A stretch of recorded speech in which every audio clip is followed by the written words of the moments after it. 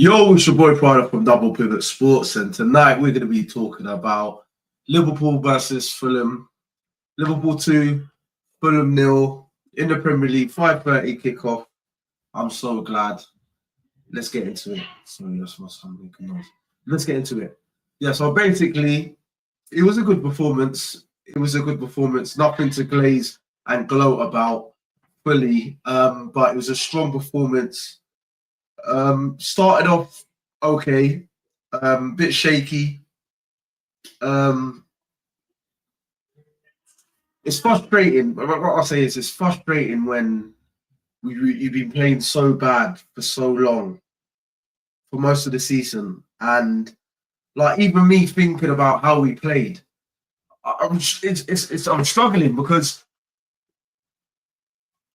the way I think about it, we didn't even play that well, but we done okay. If you know what I'm saying.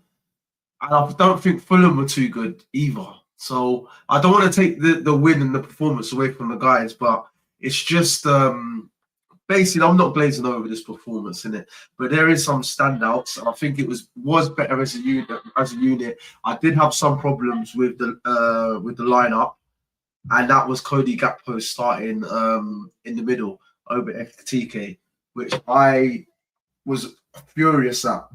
And the reason why I was furious at that is because Ekatike, he hasn't had the best games. He hasn't had the best games at all.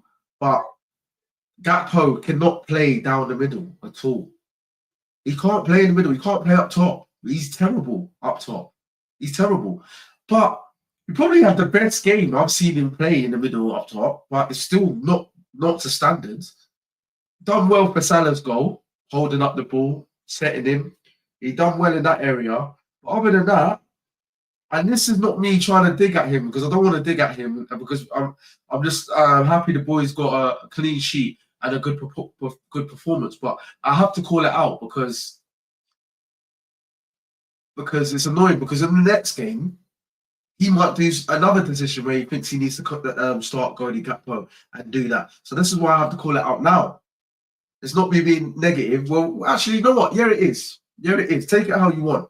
But I don't want the manager getting ideas thinking that was a great decision. Yes, it worked.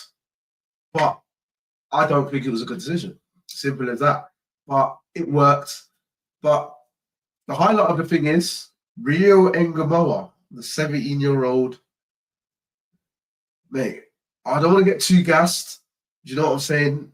He's a great talent, isn't he? He's a great talent. And this is why Liverpool fans have been calling his name. And we're not just calling his name for no reason. You don't just ask the 16, 17-year-olds to play week in, week out for no reason. You don't ask that. Even if a senior player is bad or you don't particularly want him to start, you don't play. There is reasons behind this. This is the reasons. Man of the match performance again. He was involved in both of the goals. Got his first goal, took it very well. Very well. And there's one thing I've got to say about this as well. One thing I've got to say about Rio.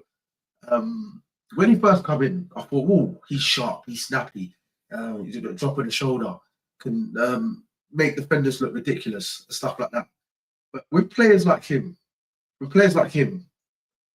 I worry about their mentality, their forward thinking and their decision making. Because players like that are used to take on players and make players look silly. A lot of the time when they're young, their decision making is not the best. That's one thing that has surprised me about Rio Ngamoa. His decision making is very good, very good. And I've been surprised by it. And this is something I've been thinking about for ages. It's not just this game. It's just, I think where he might have players around him. I don't want to take away from Slot. I don't know what Slot said to him. I don't know what Slot's like with him. But I know Slot didn't really want to play him earlier on.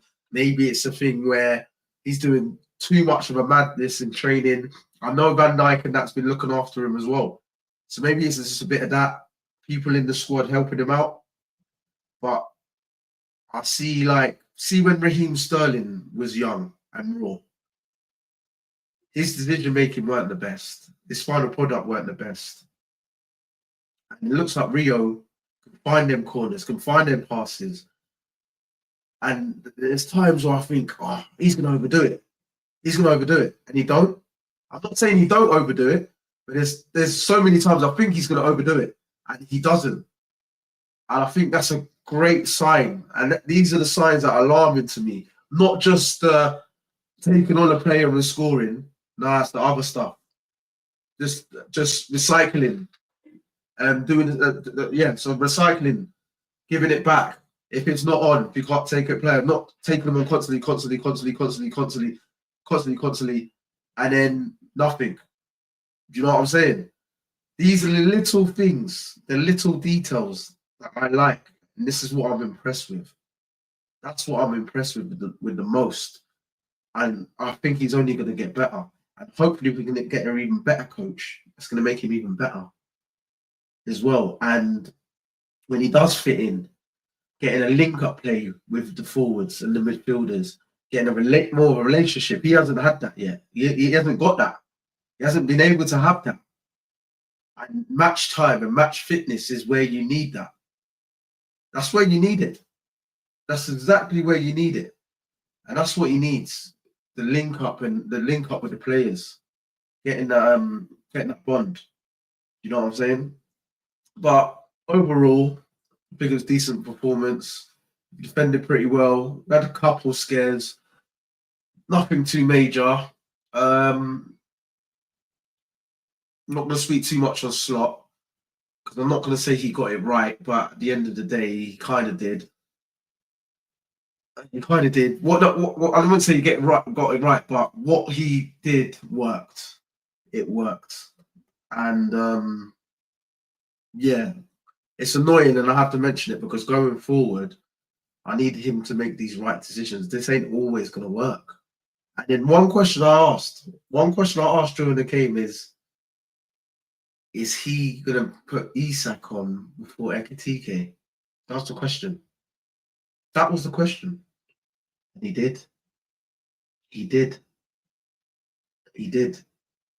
And I'll be honest with you, that's a worry for me. That's a big worry for me because he started Gakpo in front of him, didn't even bring him on. He brought Isak on when he's just come back from a long-term injury.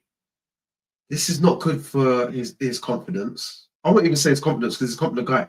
But you see Ekitike's body language and how he is and stuff like that. He is not going to be happy with that at all. As soon as Isak's back, he's going to be up his arse again. You know what I'm saying? I don't have a problem with that. If Isak's doing whatever, I don't have a problem with that. But at the same time, the way it's getting done, I don't like it. Wirtz as well. He's hooked him off twice quite early. I want to say quite early. Hooked him off twice. And then you bring it off. He's done the same thing twice in a row. Twice in a row. Hooking him off and then bringing Isak on. Like, what sense does this make? This is why this guy's a moron. He's a moron. He doesn't know what he's doing. But you can see he wasn't happy when he come off. And the only reason why Salah was happy when he come off, because he come off late, and he scored. And he had an okay game today. He come off late, and scored. He's done his job. He's happy as a forward. You know what I'm saying? And obviously the team are winning 2-0. These are little things. I have to bring it up. I have to bring the negatives up. I'm sorry. I have to. Because in the next game, we can't be making these mistakes. You know what I'm saying? We cannot be making these mistakes in the next game. That's why I have to bring it up now when we've won. Because I don't want to make excuses the next game and say it's because of this. We've won 2-0 quite comfortably. But I'm bringing it. I'm telling you all these mistakes, what he's doing now. I'm telling you now, he's still making mistakes. And we got away with it. We got away with it. Better from Bringbom today. Final third. His final product was a lot better today as well. A lot better today. So I'm happy with that as well.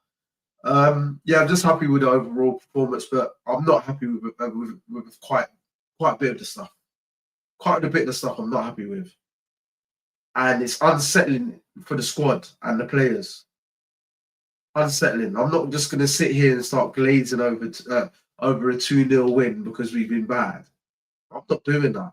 I'm not doing it. Yes, I'm happy. I've had a good day today, but I'm telling you the truth. I'm telling you the truth. There's flaws here. It was even flaws in this performance. There was flaws in this performance. Flaws with this starting lineup. Flaws with the substitutes. Call me what you want. Oh, you're negative. Yes, I am. I'm negative for a reason. I'm bringing logic to it. If you don't agree with it, then you don't agree with it. We can have a conversation. I'm bringing logic to this because it's the truth. It's the truth. Playing players out of position. Yeah. You're upsetting players. We haven't been good this season, and we got a massive game next. And the next game after that, and the next game after that, and the next game after that. They're all massive. They're all massive. This is why I have to call this out now. I have to call this out now. Even with a win. Even with a win. And I'm not telling anyone what to say or what to do, Liverpool fans, whatever to say. But I hope they might realise as well and say the same things I'm saying. So obviously this is straight after the match. I'm going to try and upload it as quick as I can. But I'm going to try and get as much... I think with this video, I'm going to try and get more clips of this video and put them out there more than any of the other videos I've done. More than any of the other videos I've done. Because there's so much things that are still wrong with this club, and I'm not going to sit here. I love this football club. I fucking love this football club. Yeah? And I'm not going to sit here where I just glaze anything when we get 3 points, or you know what I mean? I can't do it. I can't. And you know what? Now I'm saying it, the video's actually put me on a downer a bit. I've been so happy today. I've been so now when I think about it and I'm processing what he's done and what we're doing and the position we're in, it's actually pissed me off a bit. It actually has. It's actually pissed me off a bit when I think about it, because this is how you know it's real. Do you know what I'm saying? I've been taking a piss out of Arsenal. I was on Instagram Live. I've been bubbly. Do you know what I'm saying? But then when I watch the game and actually deep what he's done and think about what we've got to achieve and got to do, it's put me down a bit. It has, because this is the truth. I'm not fucking blind.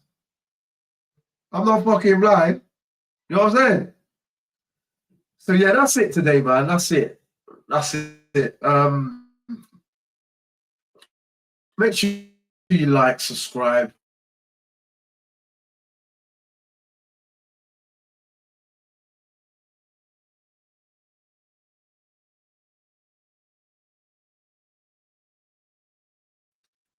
But it just buffered there, so let me just try and end it quickly there. It's your boy Prada, and I'm out. I'm out.